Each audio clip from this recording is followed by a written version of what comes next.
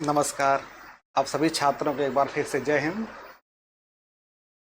आप लोगों को पता है कि हम लोग इसमें डीआई की सीरीज पढ़ रहे हैं और डीआई की आज तीसरी क्लास होने वाली है। इसके पहले हम लोगों ने पाई चार्ट से संबंधित 2 क्लास देख चुके हैं। अगर आप पेट की परीक्षा की तैयारी कर रहे होंगे तो पेट की परीक्षा के लिए बहुत ही महत्वपूर्ण टॉपिक होता है हमारा ये डीआई, ठीक है। और इस टॉपिक से ही अकेले 20 प्रश्न पूछे जाते हैं। तो ये पेट की दृष्टिकोण से चल रहा है हमारा एक सीरीज डीआई का, जिसमें पहले हम कुछ अभ्यास प्रश्नों को हल कराएंगे। उसके बाद आपके पूर्व की परीक्षा में पूछे गए जितने भी डाटा ये डीआई के सवाल आए हुए हैं उनको हम लोग हल कराएंगे, ठीक है। तो इसके पहले हम लोग पाई चार्ट के बारे में पढ़ चुके हैं। आज हम लोग पढ़ते हैं बार चार्ट के बारे में। जरा देखिए इसके बारे में क्या होता है। देखिए, बार चार्ट में हमको इस तरह से स्तंभ के रूप में बातें की जाती है। इस तरह स्तंभ दिया जाता है और उनसे संबंधित आंकड़े दिए जाते हैं।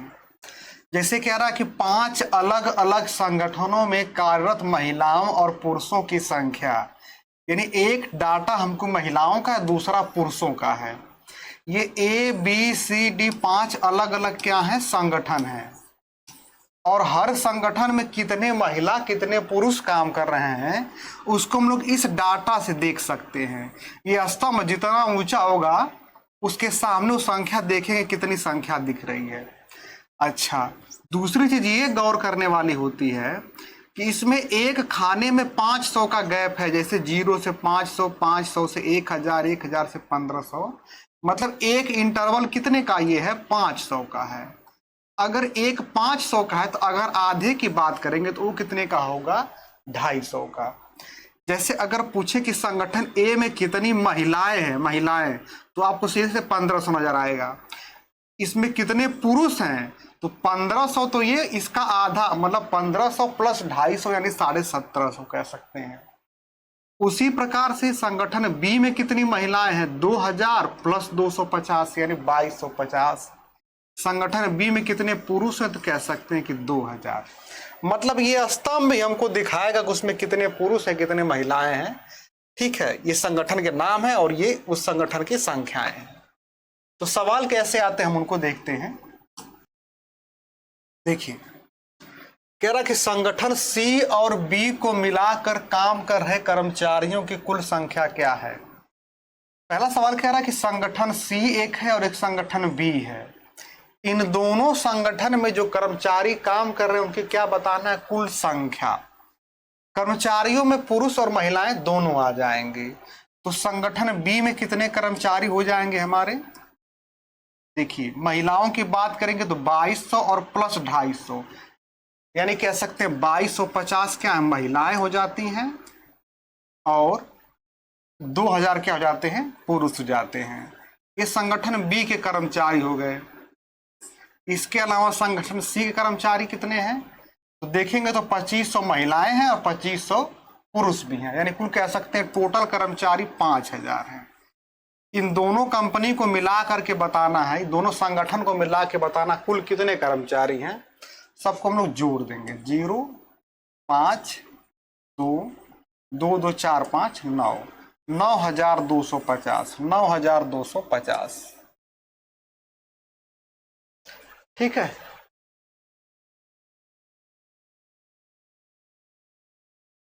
अगला सवाल देखते हैं हम लोग। कर सभी संगठनों को मिलाकर महिलाओं की कुल संख्या, यानी हर संगठन में 5 संगठन है तो पांचों संगठनों में कुल कितनी महिलाएं हैं उनकी संख्या बताना है। तो सबको अलग अलग निकाल के जोड़ देते हैं। देखते हैं कि ए में कितनी महिलाएं हैं। अगर आप ए में देखेंगे तो 1500 महिलाएं हैं। बी में देखा जाए तो 2000 और 250 यानी कह सकते हैं 2250 है। सी में देखें तो पूरा 2500। डी में देखें तो 2500 और 250 यानी कह सकते हैं 2750 हैं। और ई में कितनी महिलाएं हैं ई में कितनी महिलाएं 2500 और प्लस यानी वही 2750। टोटल महिलाओं के लिए क्या करना है, हमको ऐड कर देंगे। ये आपको हो जाएगा 0, 5 5 10 5 15 हासिल 1 हो जाएगा, 6 2 8 5 13 7 20 7 27 हासिल 2, 1 3 2 5 2 7 2 9 2 11, 11,750। 11,750 क्या है, महिलाएं हैं।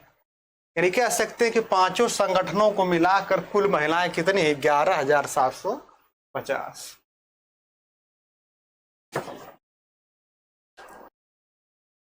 आगे देखते हैं।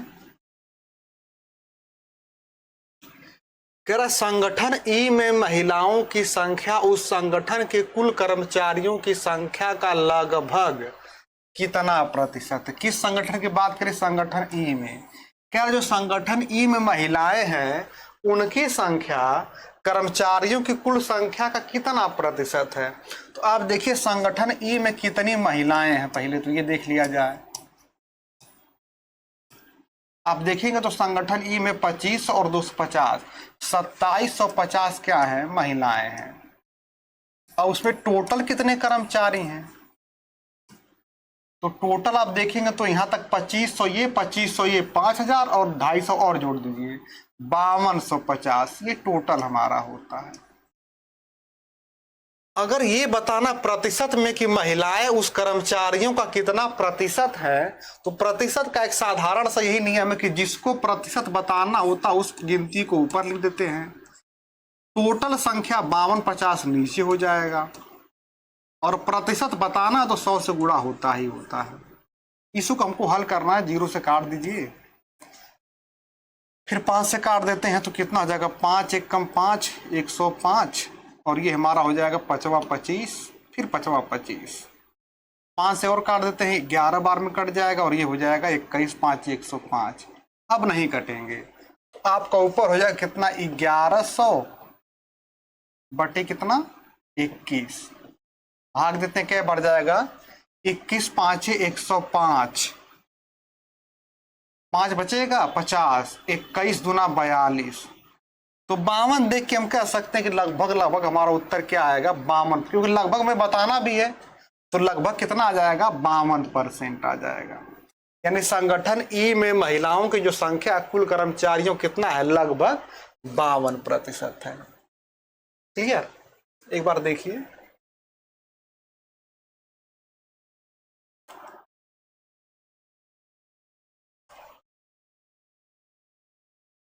आगे बढ़ते हैं। कह रहा संगठन ई ए में महिलाओं की संख्या का पुरुषों की संख्या से अनुपात। संगठन ए में जितनी महिलाएं हैं महिलाओं का पुरुषों से अनुपात बता देना। ठीक है, तो संगठन ए में महिलाएं कितनी है, 1500,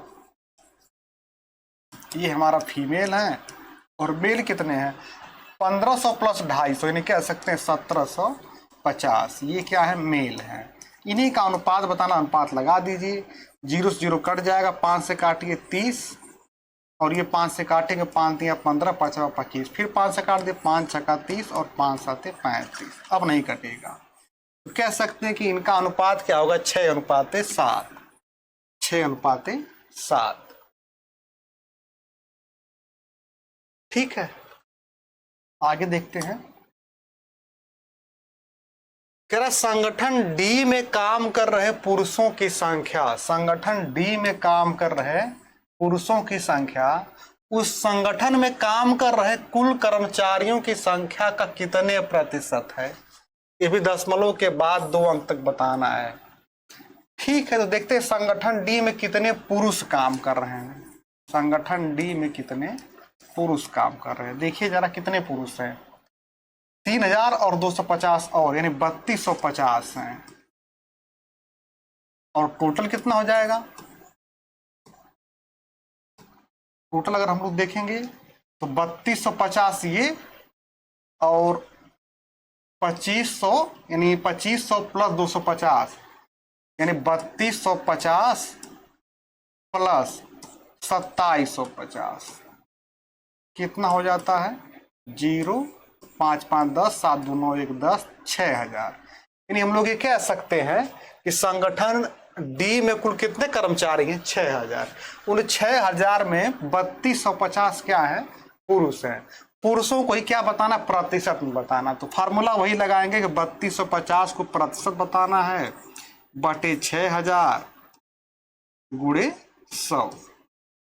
हम वो हल करेंगे तो 2 शून्य इससे कट जाएंगे, 1 शून्य इससे कट जाएगा, भाग दीजिए। 6 पाँचे 30, 2 बचेगा, 6 चौके 24।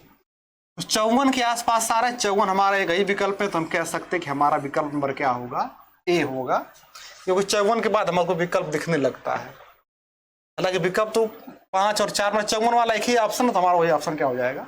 सही हो जाएगा। ठीक है, देखिए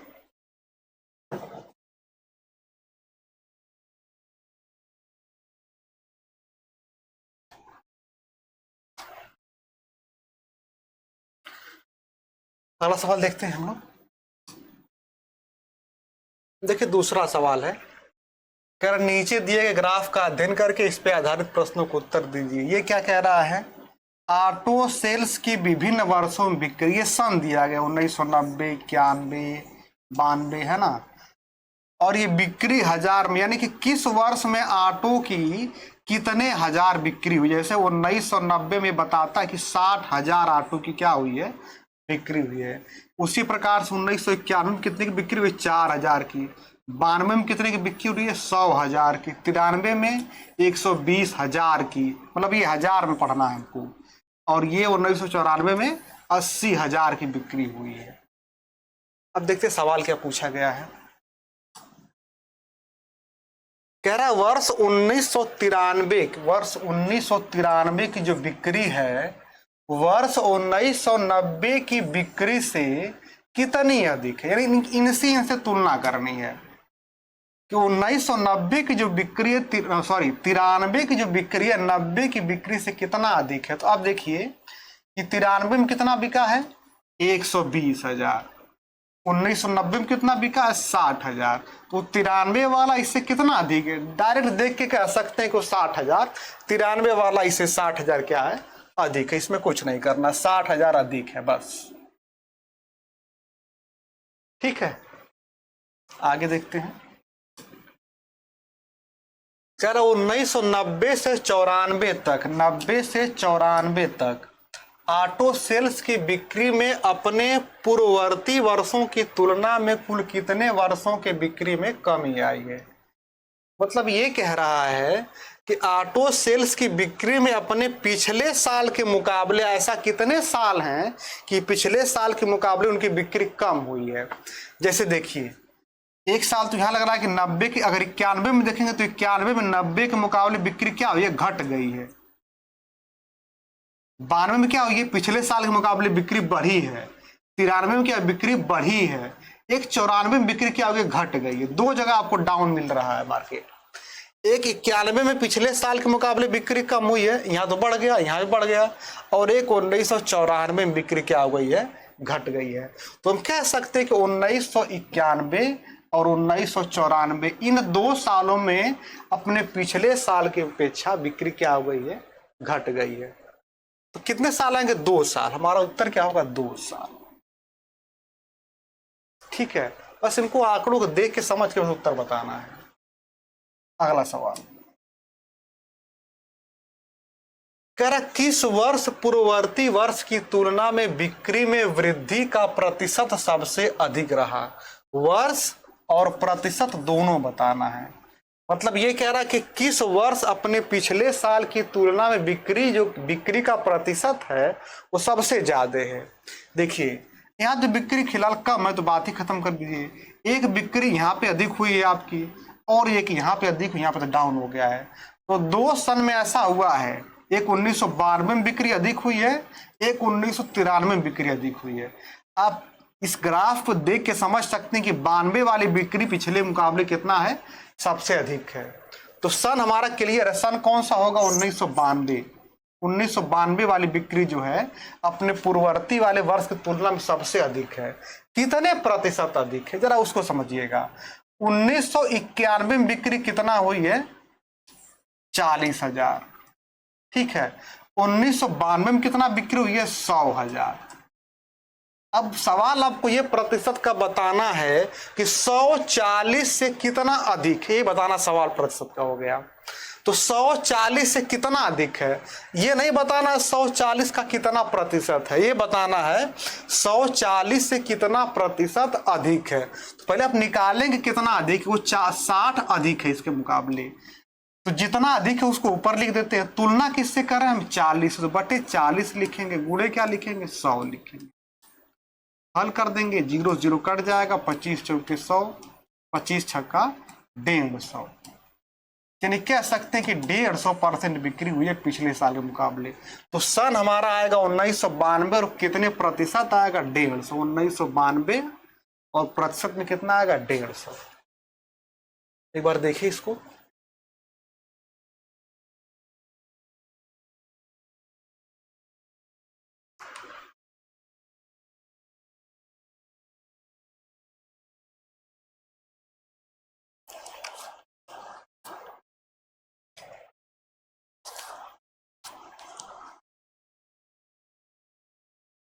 अगला सवाल देखते हैं हम लोग।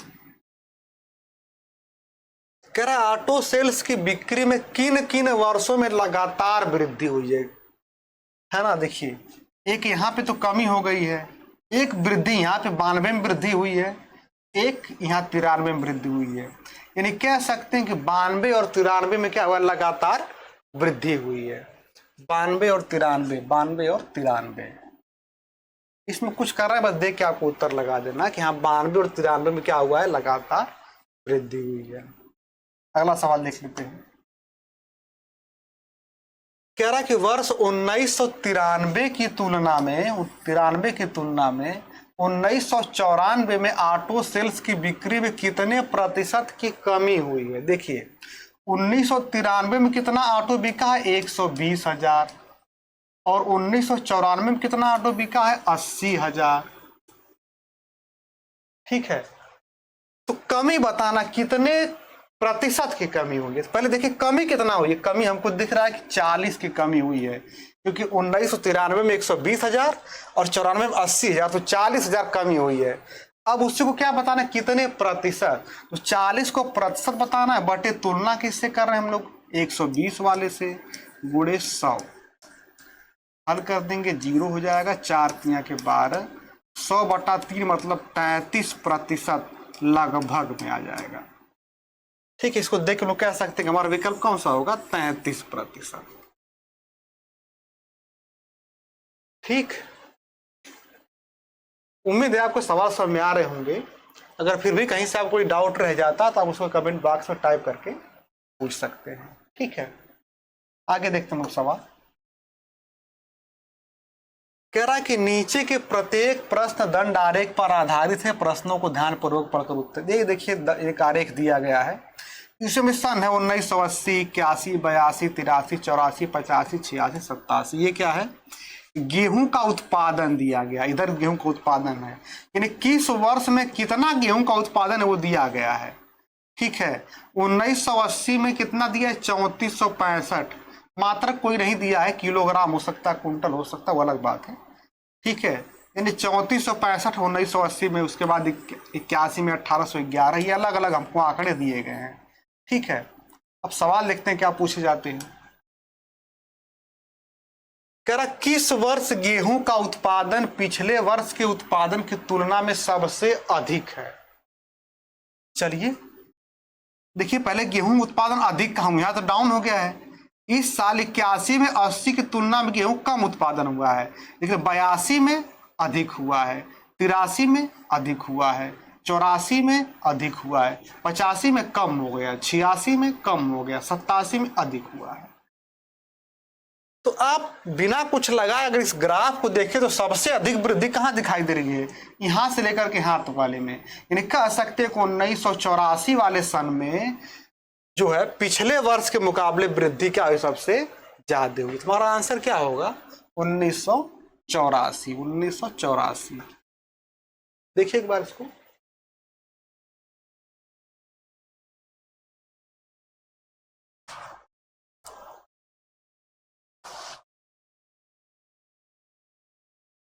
अगला सवाल देखते हैं। कह रहा 1985 में गेहूं का उत्पादन, 85 में गेहूं का उत्पादन 1981 के उत्पादन का लगभग कितना गुना है। देखिए 1985 में कितना गेहूं हुआ है, 5832। 81 में कितना हुआ, 1811। तो हमको ये बताना कि ये वाला जो 85 वाला है इसका कितना गुना है, वो कितना गुणा करने पे लगभग ये आ जाएगा। वो भी लगभग बताना, एक्यूरेट नहीं बताना है, ठीक है। तो गुना निकालने के लिए जानते क्या करेंगे आप, जिसको गुना बताना 5832 में, ये कौन सा 1985 वाला, और 1981 में 1811 से क्या कर देंगे, भाग दे देंगे। तो लगभग 18 दूना के 36, 18 तिया 54, लगभग पूरा पूरा 3 बार भाग जाएगी। और 3 वाला हमारा विकल्प एक ही है, यानी हम कह सकते हैं कि 3.22 गुना है। तो 3 बार तो कन्फर्म ही जाना है, भाग 3 बार तो जाएगी जाएगी, 3 से कुछ पॉइंट अधिक आएगा। तो 3 हमारे विकल्प में एक ही जगह, तो ये वाला हमारा क्या होगा, उत्तर हो जाएगा। ठीक, अगला सवाल देखते हैं हम लोग। कह दिए गए वर्षों का औसत उत्पादन कितना है। देखिए यहाँ पूछा गया औसत, कितने साल हैं, 1 2 3 4 5 6 7 8, 8 साल हैं। 8 सालों का पूछा औसत उत्पादन। तो औसत उत्पादन के लिए जानते क्या करना पड़ेगा, 8 वर्षों के उत्पादन का हमको जोड़ना पड़ेगा। जोड़ करके क्या कर देंगे, 8 से भाग देंगे।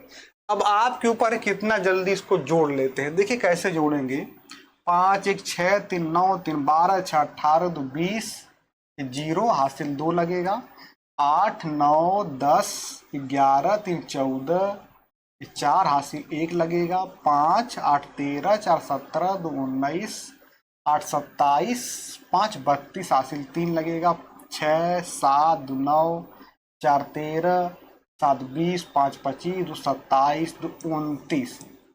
ये हो गया 8 साल का टोटल उत्पादन।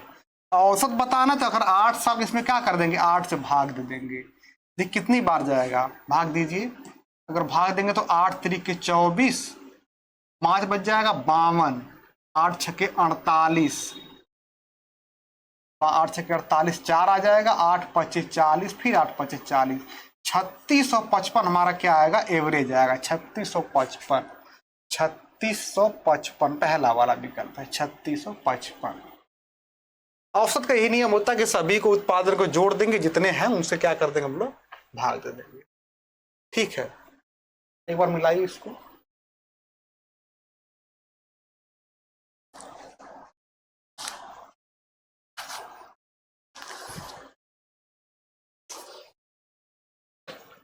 आगे देखते हैं।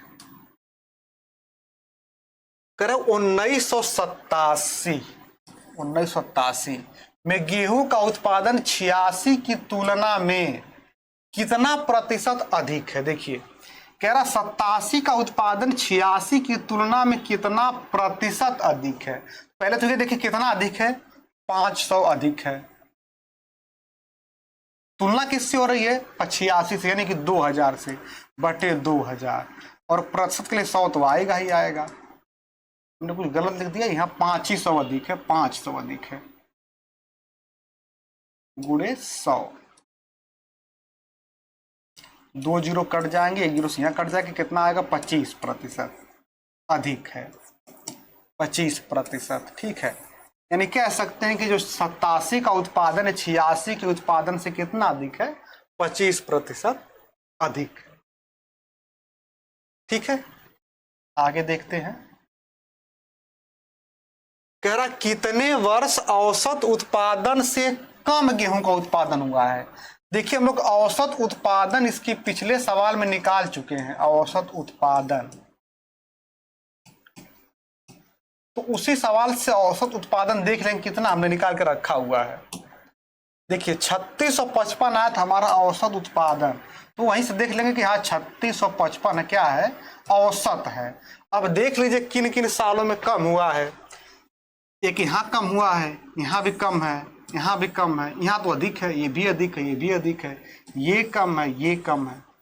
यानी 1 2 3 4 5, 5 सालों का जो उत्पादन है वो औसत से कम है। औसत से कम है तो क्या बताना, वर्षों की संख्या, तो कितने साल ऐसे हुए, 5 साल ऐसे हुए। ठीक है, मिलाइए एक बार।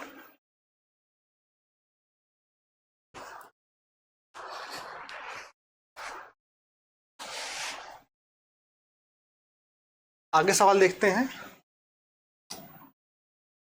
ये अगला सवाल है कि निम्नलेखा चित्र का अध्ययन करके प्रश्नों के उत्तर दीजिए। क्या दिखा रहा है? 82, 83 सन है, ये आय है, यानी ये वाला जो पहला हमारा बार होगा, पहला स्तंभ क्या दिखा रहा है? आय। और दूसरा वाला स्तंभ क्या दिखा रहा है? खर्च। ठीक है, ये आय का है, ये खर्च का है, ये आय का, ये खर्च का है। सवाल देखते हैं। कह रहा 1983 और 84 में लाभ का अंतर कितना है? देखिए 1983 और 1984 में लाभ। देखिए लाभ का मतलब ये पहला आंकड़ा आपको दिया गया आय का, दूसरा खर्च का। तो आय के बाद खर्च करने के बाद इसी जो कमाई हुई उसमें जो खर्च हुआ, तो कमाई के बाद जो खर्च करने के बाद जो बच गया वही क्या होता है? लाभ यहाँ पे हो जाता है। तो 83 कह रहा है कि 83 और 84 में लाभ का अंतर कितना हुआ। तो हम देखते हैं कि 83 और 84 में कितने रुपए का लाभ हुआ। यहाँ पे आय होती है 50 लाख, खर्च होता है 30 लाख। दिख रहा है आपको?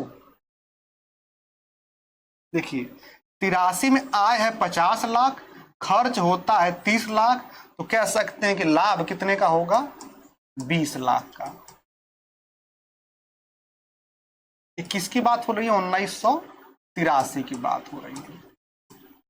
अगर 1984 की बात करें तो 1984 में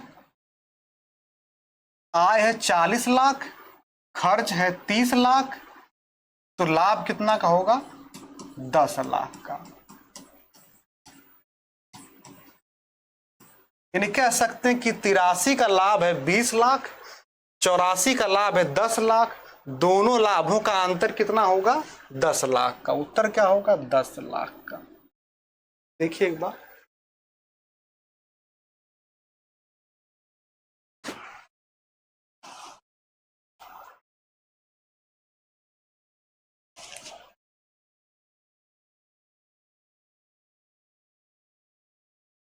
अगला सवाल देखते हैं।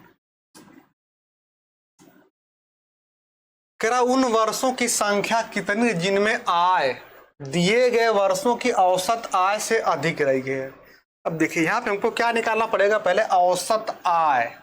ठीक है, तो आय सभी जोड़ते हैं। पहले कितना कितना आय है? 30 है, प्लस 83 में आय 50 है, प्लस 84 में आय 40 है, प्लस 85 में आय 60 है, प्लस 86 में आय कितना है? ये दोनों 60 हैं। टोटल कितना हो जाता है? 0, 6, 6, 12, 4, 16, 5, 21, 24। ये हो गया 5 वर्षों की कुल आय। औसत देखते हैं, औसत आय। औसत आय कैसे निकलेगा? कितने सालों की आय है ये? 1, 2, 3, 5 सालों की है। 5 से भाग दे देते हैं, आ जाएगा हमको 5 चौके 20, 48 लाख। ये कह सकते हैं कि 48 लाख रुपये क्या है? औसत आय है। अब उन वर्षों को देखिए जहां औसत से अधिक आय होती है। जैसे 82 में कितने की आय है? 30 लाख, यानी औसत से कम है, तो ये छूट जाएगा। इस साल 50 से औसत से ज्यादा है, यहाँ 40 से औसत से कम है, यहाँ 60 है औसत से ज्यादा, और यहाँ भी क्या औसत से ज्यादा है। यानी इन 3 वर्षों की जो आय है औसत आय से क्या है? अधिक है। तो उत्तर हमारा क्या होगा? 3 वर्ष। इन 3 सालों की जो आय है औसत आय से क्या है? वो अधिक है। क्लियर? आगे देखते हैं। ये सवाल क्या कह रहा है? सभी वर्षों को मिलाकर औसत आय और औसत लाभ का अनुपात कितना है? देखिए सभी जितने 5 साल है ना, सबका औसत आय और औसत लाभ, 2 चीज निकाल के क्या करना? उनका अनुपात बताना है। औसत आय हमने पिछले सवाल में निकाल के रखे हैं, ठीक है। औसत लाभ यहां से निकाल लेते हैं। ध्यान दीजिएगा, लाभ का बताना है, लाभ का। तो लाभ कैसे होगा?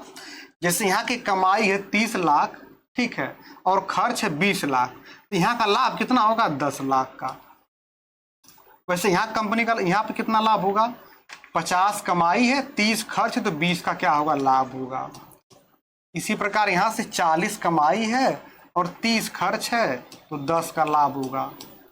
यहाँ पे 60 आय है और 40 खर्च है, तो 20 का लाभ होगा। प्लस यहाँ पर भी 60 आय है और खर्च कितना, 35 का खर्च है, तो लाभ कितने का होगा, 25 का होगा।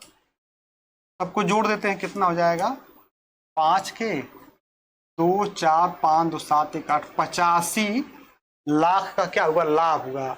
तो औसत लाभ निकालेंगे अगर, पहले औसत आय लिख लेते हैं। औसत आय, औसत आय हमने देखिए रखा हुआ निकाल के, वो लिख लेते हैं, कितना, 48 है। अब लिखते हैं औसत लाभ।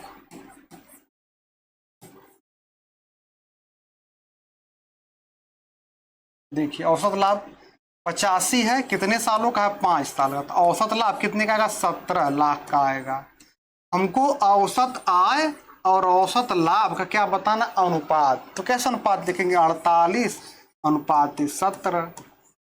ये दोनों सह अभाज्य है, मतलब नहीं कटेगा, मतलब हमारा उत्तर क्या आएगा, 48 अनुपात 17। 48 अनुपात 17। एक बार मिलाइए।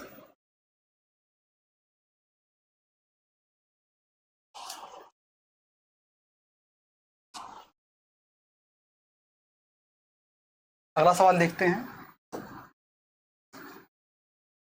कह रहा 82 की तुलना में 86 के लाभ में कितने प्रतिशत की वृद्धि हुई है। देखते हैं 82 में कितना लाभ है, 10 लाख,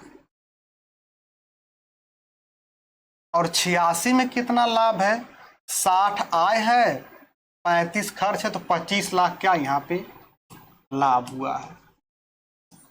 यानी कह सकते हैं 82 का लाभ है 10 लाख और 86 का लाभ है 25 लाख।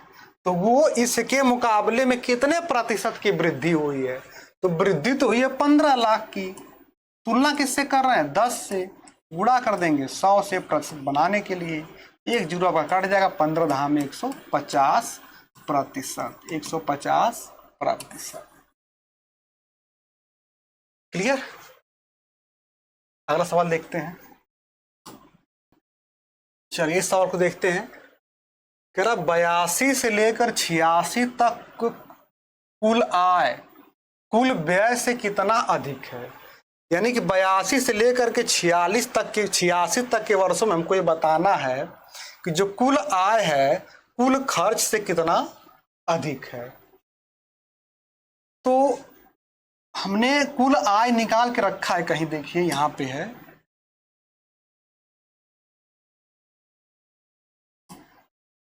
देखिए यहां पे निकला हुआ कुल आय निकाल के रखा हमने 240, तो वहीं से लिख लेते हैं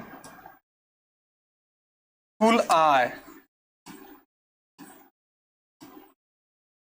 कितना है 240, और कुल व्यय निकाल लेते हैं। कुल व्यय 82 का व्यय हो जाएगा 20, 83 का व्यय हो जाएगा 30, 84 का व्यय हो जाएगा 30, 85 का व्यय हो जाएगा 40 और 86 का व्यय हो जाएगा 35। सबको जोड़ लेते हैं तो 5 के 3 4 7 3 10 3 13 15, 155 लाख क्या कुल व्यय हो गया। 155 लाख कुल क्या गया, व्यय हो गया। इसी का हमको क्या बताना है, अंतर बता देना कितना अधिक है। बता दी 10 में से 5 जा 5 के, 13 में से 5 जा 8 की। यानी कह सकते हैं कि यहाँ से 82 से लेकर 86 तक जो है कुल आय कुल व्यय से कितना अधिक है, 85 लाख, 85 लाख अधिक है। ठीक है, एक बार मिलाइए इसको।